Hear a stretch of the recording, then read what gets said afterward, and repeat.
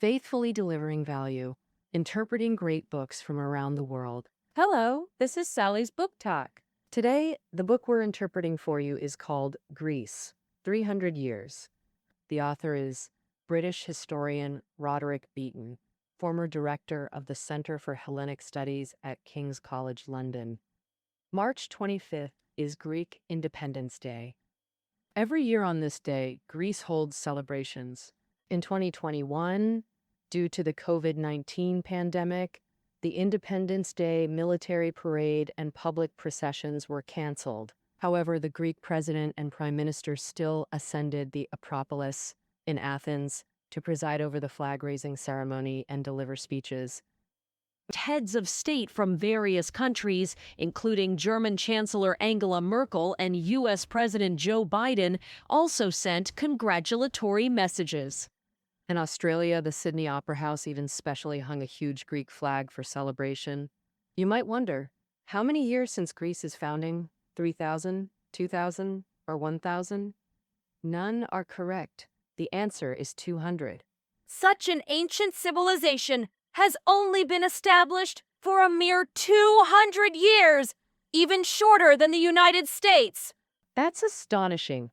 To understand this, just grasp one thing. Modern Greece has no direct lineage to ancient Greece. That brilliant civilization which produced Socrates, Plato, and Aristotle. Modern Greece is actually a new nation founded in recent history, and the Greek nation itself is a modern construct.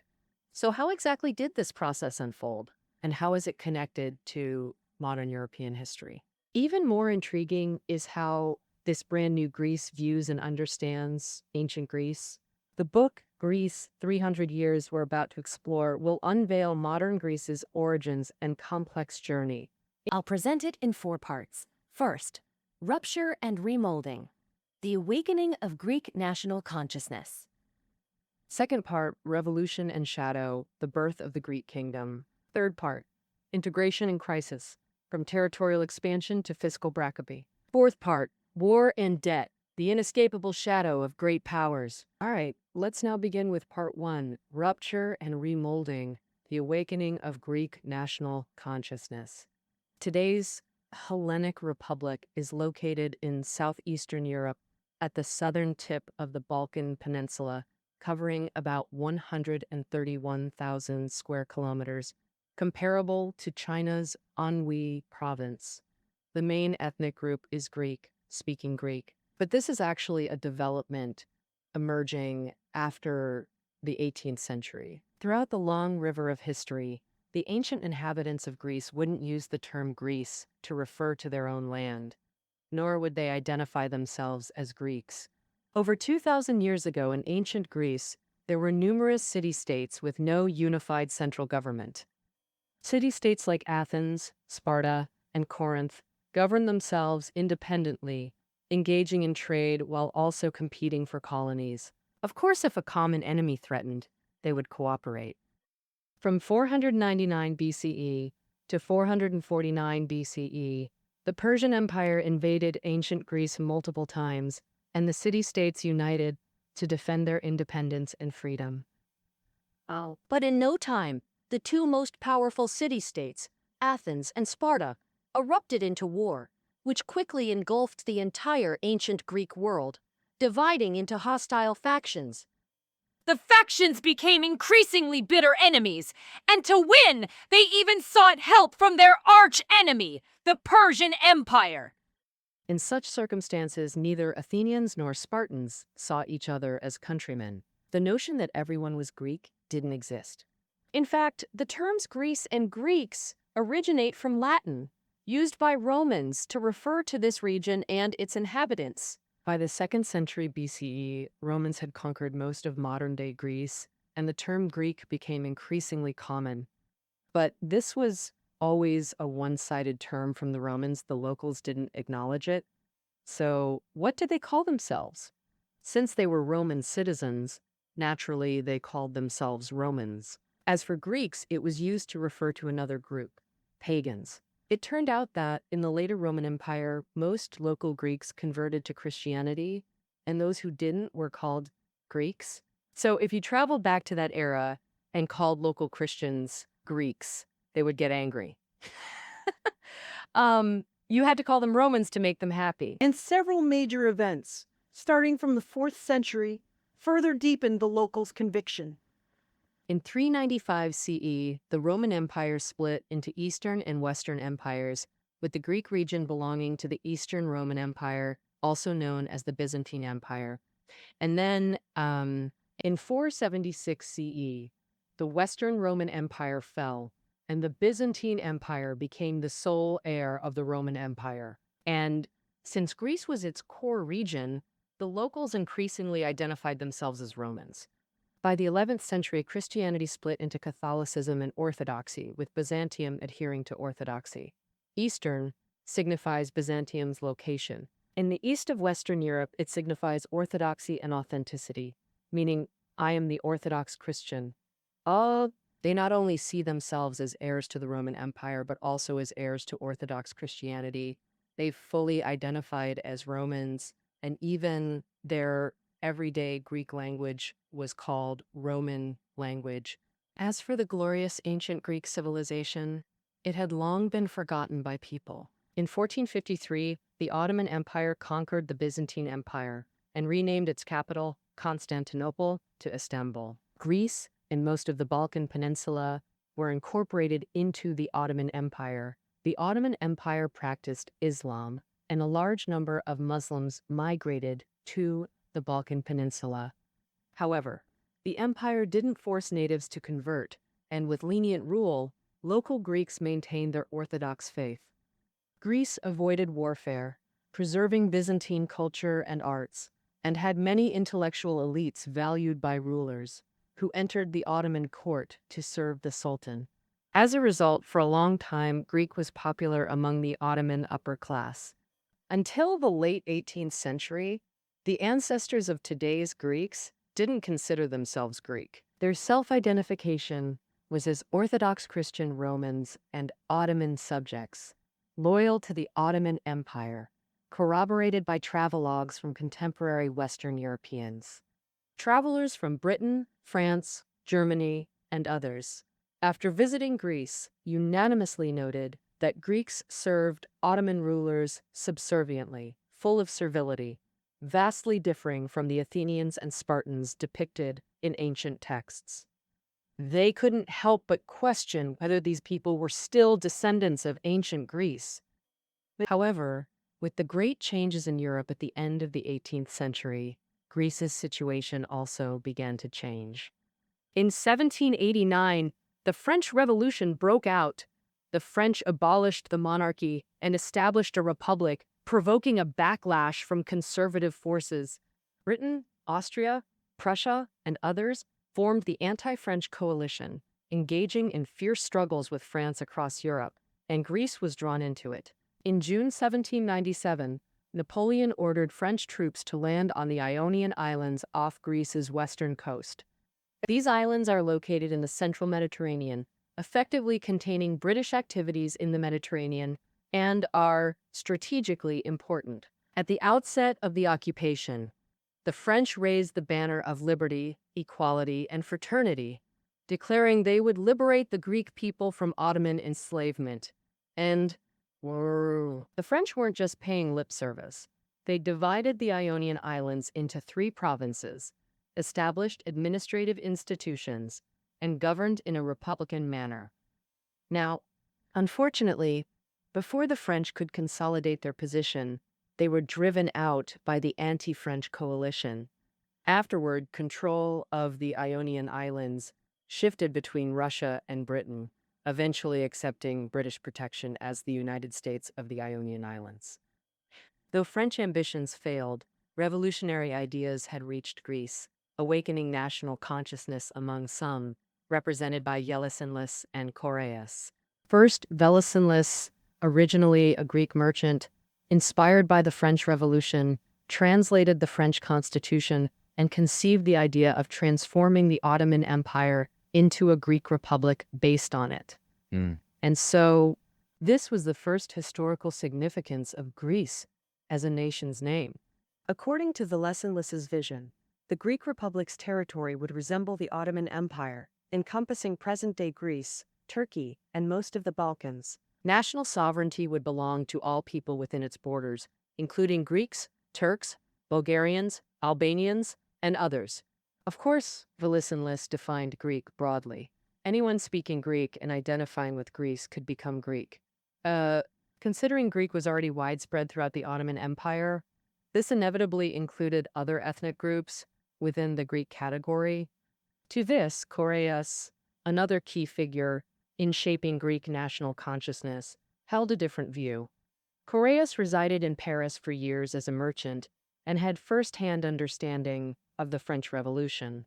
While embracing revolutionary ideas and believing Ottoman rule over Greece was despotic and tyrannical, advocating Greek resistance, or rarely, he disagreed with defining Greek too broadly. In Koreas's view, Greeks were those who had lived on this land since antiquity, with ancestors traceable to ancient Greek city-states. Simply put, modern Greeks are direct descendants of ancient Greeks. As for Turks and Bulgarians, even Greek speakers couldn't be considered Greek. Consequently, a Greek republic's territory couldn't fully overlap with the Ottoman Empire. Khwarezm's demand was to establish an independent nation from the Ottoman Empire's European provinces. If Volitionalists awakened Greek national consciousness and outlined the blueprint for a Greek state, then Khwarezm refined and crystallized it, defining the fundamental framework for modern Greece and Greeks. Kristin Essie die. However, neither made substantive contributions to Greek independence. Volitionalists and his companions were executed by the Ottoman Empire as early as late 1797, thus being revered as pioneers and martyrs of the Greek Revolution. Khwarezm remained in Paris, writing pamphlets and spreading revolutionary ideas. Pessimistically, he believed Greek independence would take at least 30 years, and he wouldn't live to see it. Demonstration. In 1822, when Khwarezm was 74, the Greek Revolution erupted and ultimately established the Kingdom of Greece. How did this happen? Part 2, Revolution and Independence. The birth of the Greek kingdom. I'll unravel this mystery. Volitionalists and Khwarezm's ideas initially spread among elites who founded newspapers to promote Greek national consciousness. In 1814, some elites created the revolutionary group Filiki Eteria, Friendly Society, whose members aimed to overthrow Ottoman tyranny and revive ancient Greek democracy. Filiki Eteria remained a niche group with no more than 700 members.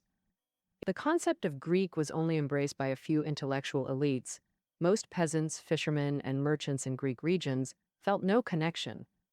Yet, when Filiki Eteria launched the uprising, it received widespread response. How to explain this? The key reason was changes in the external environment. Greece was relatively prosperous, with locals controlling Eastern Mediterranean trade networks and accumulating wealth. But from the 19th century, Britain, France, Italy, and others intervened to carve up resources in the region. The declining Ottoman Empire couldn't resist, severely damaging local interests. Prospects of generational improvement vanished. Many families fell into poverty, and resentment grew. Ottoman decline also weakened central control, empowering local warlords. In Epirus, northwestern Greece, a warlord named Ali Pasha emerged, attempting to declare himself king amid imperial weakness. In early 1821, Ali Pasha launched a rebellion. The Ottoman Sultan dispatched troops to suppress it, and Filiki Eteria saw their moment had come. The uprising in northeastern Romania today, and the call for all Greeks to respond on this day, March 25th, has also become Greek Independence Day and National Day. You might wonder why the Greeks chose to start the uprising in Romania. This is because the leaders of Filiki Eteria judged that they couldn't overthrow Ottoman rule on their own strength. They had to rely on help from the Russian Empire, which also practiced Orthodox Christianity. And Romania is close to Russia. Within just a week, the rebel army expanded fourfold, growing to 8,000 by June. Participants included not only Greeks, but also Romanians, Serbians, Bulgarians, Albanians, and others. They spoke various languages and gathered from all directions. This was less a Greek revolution and more a collective resistance by the people of Ottoman Europe, with effects beyond Filiki Atiria's expectations. But there was one thing they didn't anticipate. Russia was always on the sidelines. The reason is simple. First, Russia hadn't recovered from the Napoleonic Wars and was unable to provide support. More importantly, Filiki Ataria wanted to overthrow autocratic rule and establish a republic. But Russia itself practiced monarchical autocracy, directly opposed to Filiki Ataria's values, so why would they support it? Without aid, the rebels were suppressed by Ottoman forces, and Filiki Ataria leaders were executed. In 1822, the Ottoman army beheaded Ali Pasha and hung his head outside Istanbul's palace gates to warn all rebels. Did the revolution end like this? No, it had only just begun. Filiki Ataria's uprising sparked a strong reaction in mainland Greece. The South responded first, with people taking up arms to attack administrative institutions, driving out or even massacring Muslims. The author analyzes that the earliest rebels were mainly composed of farmers, fishermen, and small merchants. They had fallen into poverty due to economic decline and wanted to profit from the chaos. While the Ottoman Empire, the sharp decline in local control in the late period provided space for popular uprisings. Therefore, these weren't organized revolutionary rebels, nor were they fighting for Greek independence. They were more like bandits looting everywhere during the chaos. That's why the early revolution was filled with irrational acts like massacres. Strangely, Greek national consciousness spread amid these increasingly irrational acts. The process was this. First, the rebels had to exclude outsiders, so they needed to distinguish friend from foe. Or what was the criterion? Well, if by speaking Greek isn't enough, because Muslims also speak Greek, believing in orthodoxy is acceptable but insufficient. Because other ethnic groups living here, such as Albanians and Bulgarians, also believe in orthodoxy. Thus, the standard for being Greek can only be defined as an Orthodox Christian who speaks Greek. Anyone who doesn't meet this standard is targeted for attack. As a result, mosques in southern Greece were either burned down or converted into warehouses. Muslim residents were stripped of property and driven from their homes, with many dying unjustly. Why? Jews were also implicated, as they were wealthy and not Orthodox Christians, making them easy targets. Such extreme actions by the rebels are bound to invite retaliation. The Ottoman army marched into southern Greece, angered by the plight of their Muslim brethren. Thus, indiscriminately, they killed any Greek-speaking Orthodox Christian they encountered. This destroyed the centuries-old bond of loyalty between the locals and the Ottoman Empire. Well, in this life-or-death struggle, the locals began to band together, forming a Greek national consciousness. However, in terms of strength, the Greeks were just a ragtag group, no match for the Ottoman regular army. Yet they persisted for nearly a decade and finally gained independence. How was this achieved? In a nutshell, they found reliable leadership and gained support from the great powers. And Boston, after the failure of the Filiki Itaria uprising, some survivors came to southern Greece, including Mavrocordatos and 3 others, who were of noble birth, fluent in 8 languages, and politically skilled. He reorganized the rebels to form a provisional government and convened a meeting in January 1822 to draft a constitution. This constitution, modeled after the U.S. Constitution, established a separation of powers in the provisional government, with the president and legislators elected. Wasn't the Greek Revolution influenced by the French Revolution? Why did they adopt the U.S. Constitution? This is where Mavrocordatos's cleverness comes in. He believed that Filiki Ataria overly emphasized the French Revolution, while the international order at the time was maintained by powers like Britain, Austria, and Russia, who suppressed revolutions. For these conservative forces who quashed the French Revolution, to support another revolution was like asking for the impossible. So, what he needed to do was to downplay the French influence. But that wasn't enough. More crucially, it was to persuade the great powers to support Greek independence. But Navrokordatos seized a clever angle by proclaiming that ancient Greek philosophy, literature, and arts had a profound influence on European civilization and were its key source. For centuries, the Greek people suffered under Ottoman rule, while Europe turned a blind eye. So all of Europe owes a debt to the Greeks. It's time to repay it.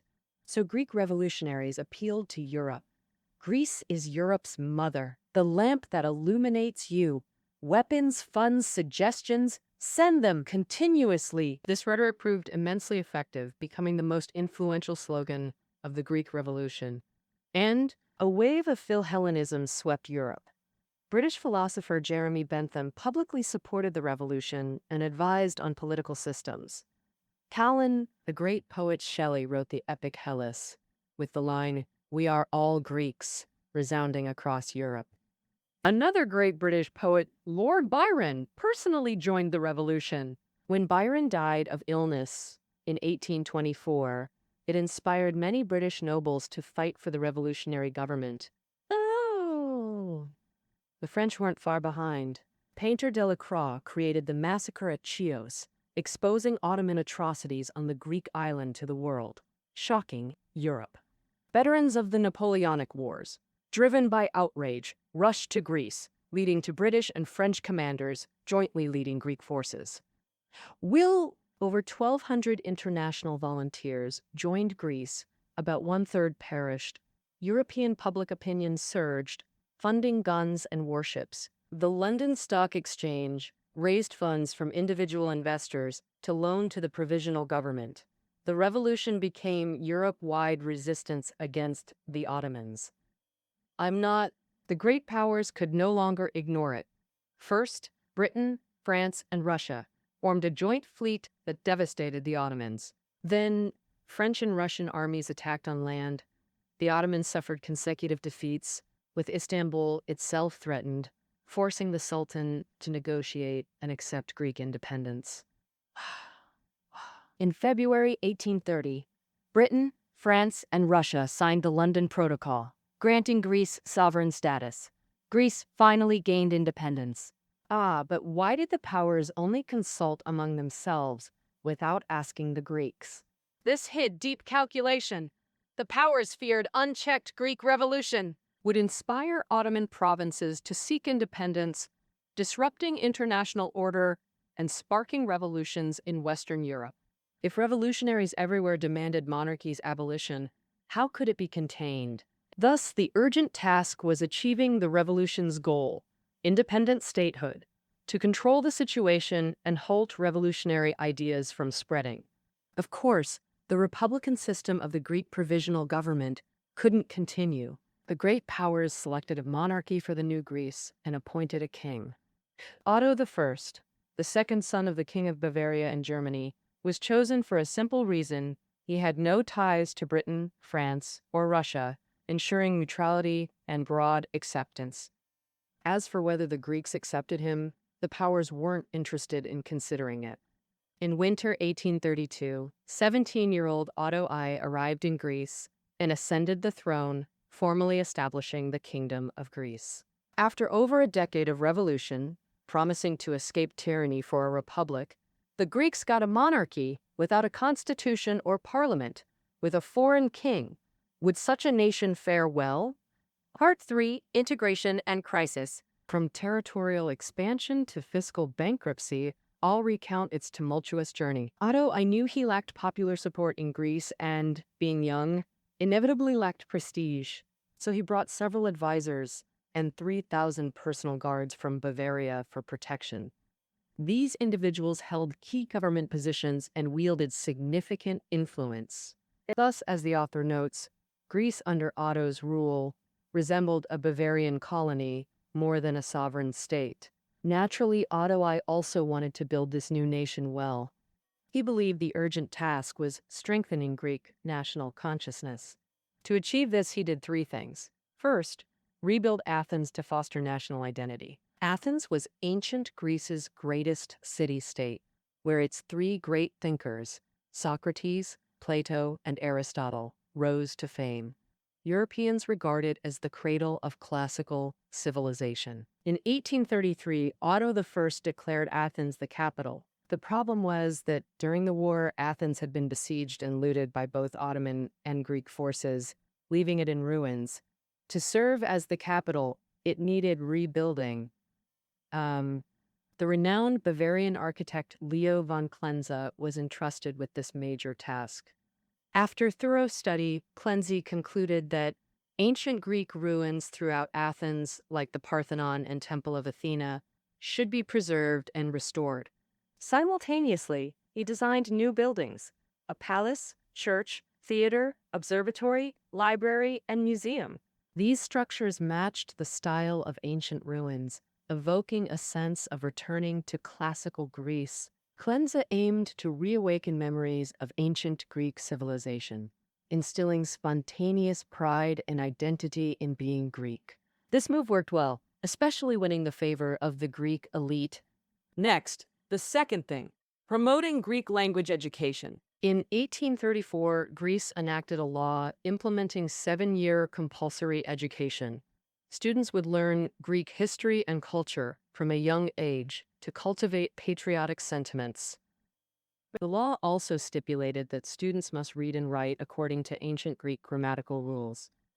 This is because, through evolution, modern Greek and ancient Greek have significant differences in vocabulary, grammar, pronunciation, etc. Moreover, different regions had varying writing styles. Adopting ancient Greek writing uniformly is equivalent to China's Qin dynasty policy of unifying scripts, standardizing writing across all areas. Speaking the same language and writing the same script helps enhance national consciousness.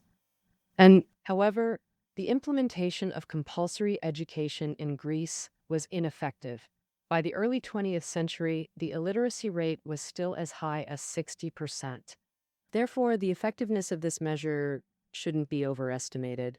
Otto I's third move to unite people was proposing the concept of great idea. What is the great idea? It turns out that the territory of the Kingdom of Greece didn't encompass all Greeks.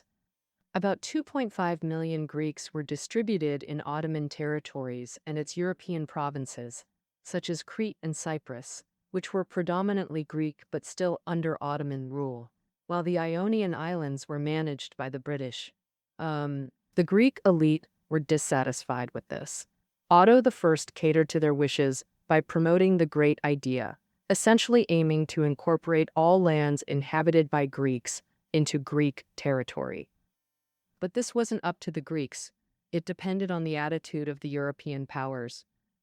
So, what was the attitude of the powers? Very clear: maintain the existing international order.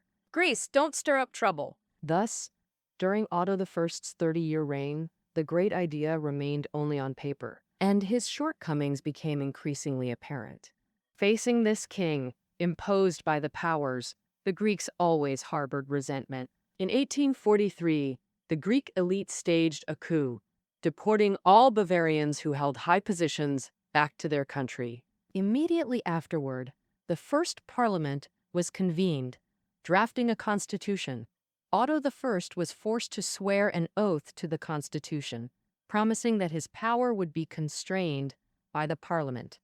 But he always sought to restore absolute monarchy, refused further reforms, and clashed constantly with the elite. Otto I was also a Catholic, which made him stand out awkwardly in predominantly Orthodox Greece. In October 1862, a group of mid-level officers rebelled and established a revolutionary government in Athens. Regions responded one after another, with public sentiment boiling over and the powers no longer supporting Otto I. He had to abdicate and return to Bavaria. Yet the Greeks still couldn't control their own destiny. The great powers insisted on arranging a king for Greece, only this time they let Greeks choose from European royalty themselves. The Greek parliament selected Britain's Prince Alfred, but Queen Victoria disagreed. fearing her son might also be overthrown. Where would that leave the British monarchy's dignity? Finally, the Greek parliament chose a Danish prince. George I's sister married the British heir. All relatives, not bad. In October 1863, George I ascended the throne in Athens. Compared to Otto I, George I's reign was far more successful, evident from its duration. A full half-century. What did George I do right? First, he obeyed the Constitution, accepted parliamentary constraints, while retaining power to appoint officials, allowing governance without abuse, reassuring Parliament. 7. Men. Second, while personally Protestant, George I married the Russian Tsar's niece and had his son convert to Orthodoxy. This won the Greeks' trust. In territorial expansion, George I achieved remarkable success, turning the great idea from paper to reality. Soon after coronation, Britain gifted the Ionian Islands to Greece. This unexpected boost significantly raised George I's popularity. His gaze then fixed on Crete. Located south of the Aegean Sea, facing mainland Greece, Minoan civilization profoundly influenced Greek culture and is considered a key origin of ancient Greek civilization, making Crete symbolically vital to Greeks. In Della Kala Popaz, after Greek independence, Crete remained under Ottoman rule, yet over 60% Greek-speaking residents yearned to join Greece. Ottoman, in the mid-19th century, they rebelled repeatedly with covert Greek support, but Ottoman military strength prevailed. Luckily, when one door closed, another opened. In 1877, Russia fought the Ottomans, who suffered repeated defeats, allowing Greece to seize 213,000 square kilometers of Ottoman territory. And today's Greek regions of Thessaly and Epirus were acquired this way, fueling Greek ambitions. In 1897, Greece attacked the Ottomans but suffered crushing defeat, allowing Ottoman troops to penetrate deep until European powers mediated, forcing Greece to pay huge reparations to reclaim occupied lands. After this war, George I realized Greece couldn't defeat the Ottoman Empire alone. He had to wait for international changes to profit from them, and the opportunity soon came. In the late 19th century, the Ottoman Empire's decline became increasingly evident. European powers shifted from maintaining the status quo to preparing for its collapse. Tsarist Russia acted most directly. On one hand, it constantly waged wars to nibble away Ottoman territory. On the other hand, as self-proclaimed protector of all Slavs, it incited Balkan Slavs to revolt against Ottoman rule. Soon, fellow Slavs, Serbs, Bulgarians, Romanians launched independence movements. In October 1908, Bulgaria declared independence, followed by Serbia and Montenegro. Under Russian pressure, the Ottomans accepted this, encouraging Greece to expect greater gains as the empire crumbled. In 1912, uprisings erupted in Macedonia and Albania, suppressed by the Ottomans. Greece immediately formed the Balkan League with Bulgaria, Serbia, and Montenegro to send relief forces. The First Balkan War broke out. Directed by great powers, the Balkan League won successive victories, expelling the Ottomans from the Balkans entirely. But at the post-war peace conference, internal conflicts arose over uneven division of spoils. This triggered the Second Balkan War. This time, Greece allied with Serbia and Montenegro against Bulgaria, overwhelming its 1-against-3 struggle. Ultimately, Bulgaria surrendered and ceded most territory gained in the previous war. Greece acquired vast lands, including its second-largest city, Thessaloniki, while Crete was incorporated in 1913. Thus, George I truly established modern Greece's borders, earning deep reverence from its people. Yet beneath greatness lies shadow. What shadow? Financial crisis. During his 50-year reign, George I prioritized territorial expansion, causing military spending to soar and straining government finances. George I's solutions were twofold: raise taxes and borrow foreign debt. But impoverished Greece gained little from taxes, and unpaid foreign debts inevitably led to fiscal bankruptcy. During George I's reign, the Greek government repeatedly neared bankruptcy and officially declared it in 1893. National credit hit rock bottom. Imagine the economy of a country constantly going bankrupt. By the early 20th century, Greece remained Europe's poorest nation. Crumbling villages, dead commerce, near-zero manufacturing. Only Athens showed some prosperity, yet just blocks away sprawled slums. Young folks preferred job hunting in Ottoman cities like Istanbul or Izmir over staying home. In 1907 alone, stats show 36,000 Greek youths emigrated overseas. In March 1913, George I was assassinated. The truth remains unknown to this day. He left behind a territory Expanded by 68%, with population up 56%. but economically near collapse. My narrative now enters Part 4, War and Debt, the inescapable shadow of great powers. George I's successor was his eldest son, Constantine. Logically, his priority should have been reviving Greece's economy and improving livelihoods. Sadly, history granted him no such time. Post-1900, European powers split sharply. Allies, Britain, France, and Russia, versus Central Powers, Germany, Austria, Hungary, locked in fierce rivalry. Small nations wedged between them had to pick sides. Greece was no exception. Constantine's background complicated matters further. He had blood ties to British and Russian royalty, yet married Kaiser Wilhelm II's sister. Relatives on both sides who to support when they fight. Too tough! Constantine stalled, refusing to commit, but circumstances forced his hand. June 1914, Central Powers and Allies clashed. WWI erupted. Germany demanded Greece join immediately. The Allies threatened, dare to join them, and we'll seize your strategic sites. Keep them from enemy hands. Which made a turn? Greeks argued fiercely. Constantine and PM Venizelos split bitterly. Irreconcilable. Venizelos formed a breakaway government in northern Greece, joining the Allies. Constantine stayed neutral. Thus, half of Greece fought Central Powers while half spectated. A small nation trapped between giants, its impossible dilemma laid utterly bare. On the eve of WWN's end, as the situation clarified, Constantine finally passed the throne to his son Alexander and let Venizelos govern. In September 1918, Germany surrendered, ending World War I. Greece luckily participated in the post-war spoils conference as a victorious nation. At Versailles, Venizelos secured rich gains through masterful diplomacy. The Ottoman Empire was dismembered. Western Anatolia, Plateau, Asia Minor went to Greece. For Greece's minor W1 role, this was an unexpected windfall. Nationwide celebration ensued, but joy came too soon. Young Ottoman officers led by Kemal, unwilling to lose territory, fiercely resisted, crushing Greek forces. European powers offered no help. The reason was simple. Territory was given, but holding it depended on themselves. By 1923, Kemal expelled all Greek troops, declared the Republic of Turkey, and gained great power recognition.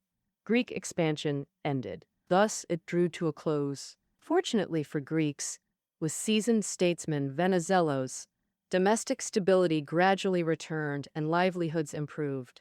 But international forces again dictated the nation's fate.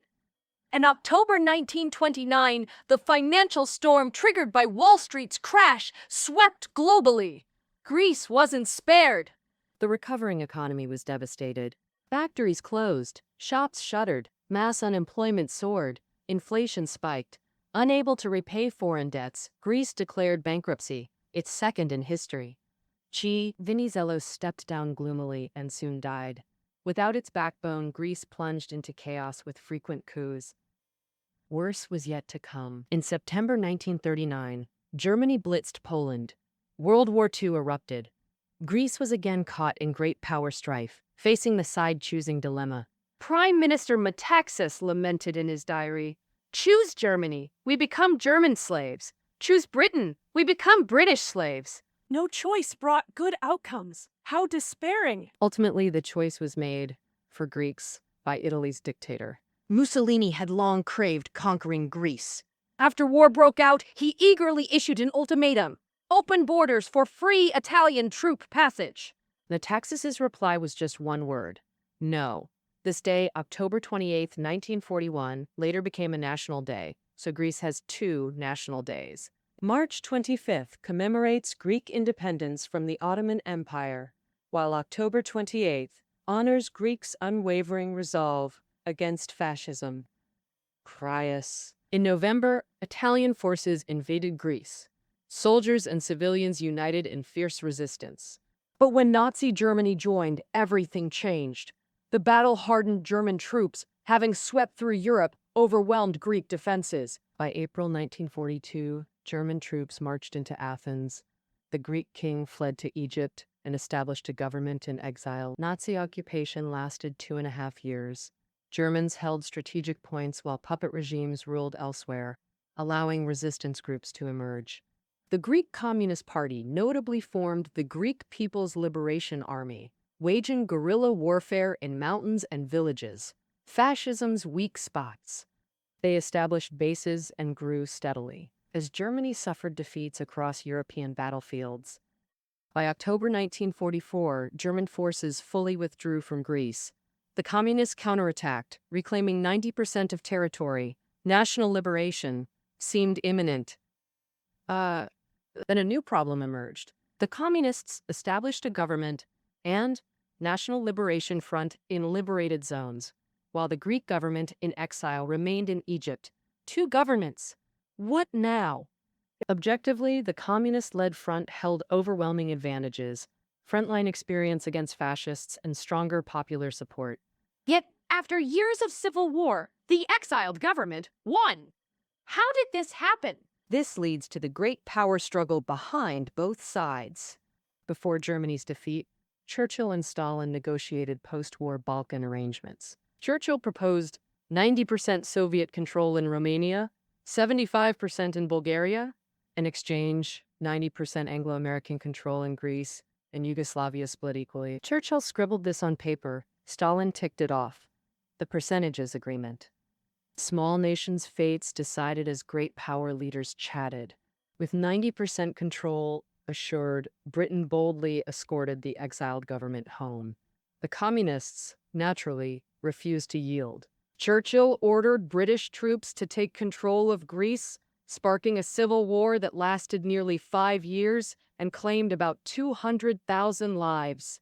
With full Anglo-American support, government forces won and restored the Kingdom of Greece. Now bordering socialist Albania, Yugoslavia, and Bulgaria, Greece instantly became the sole Anglo-American foothold in the Balkans. As the only Balkan foothold and Cold War frontline, this geopolitical position brought Greece both advantages and disadvantages.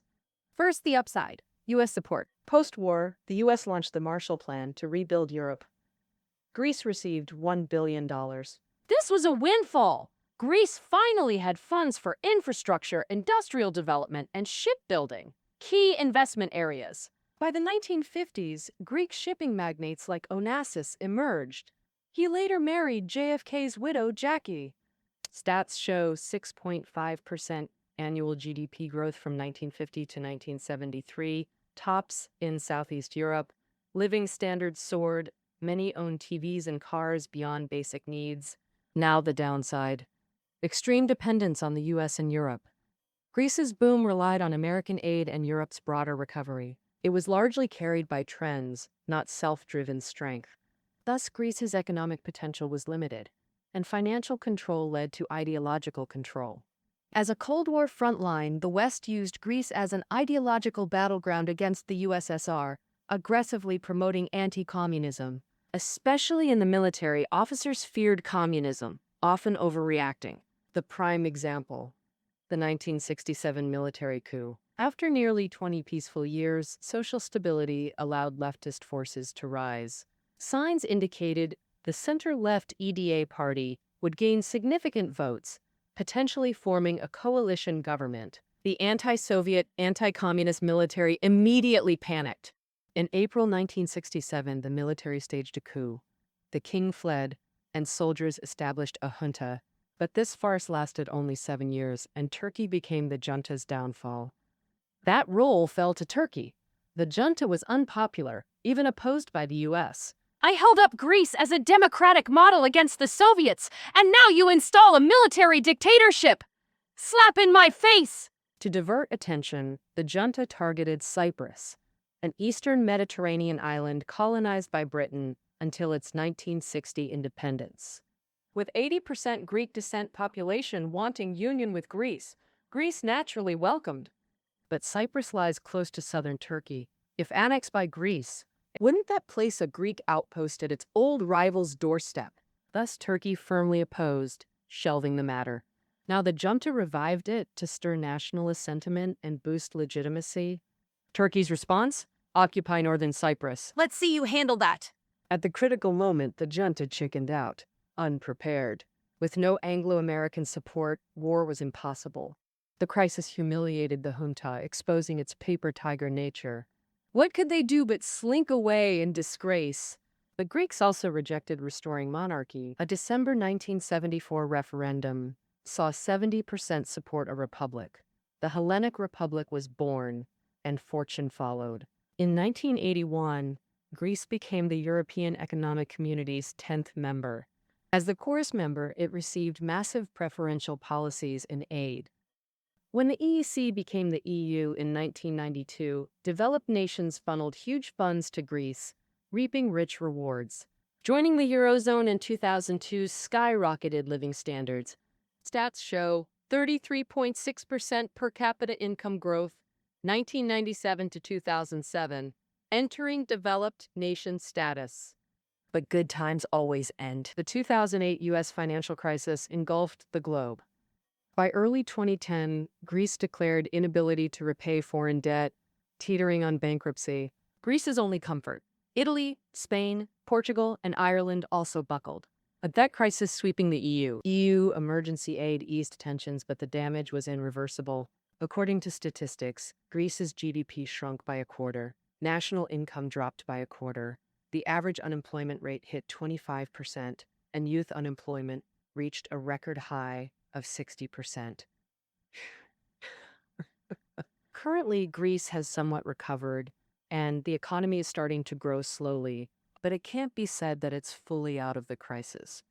What's intriguing is that during the rescue of the Eurozone debt crisis, the EU deeply intervened in Greece's finances and banking, further strengthening its dependence on major powers.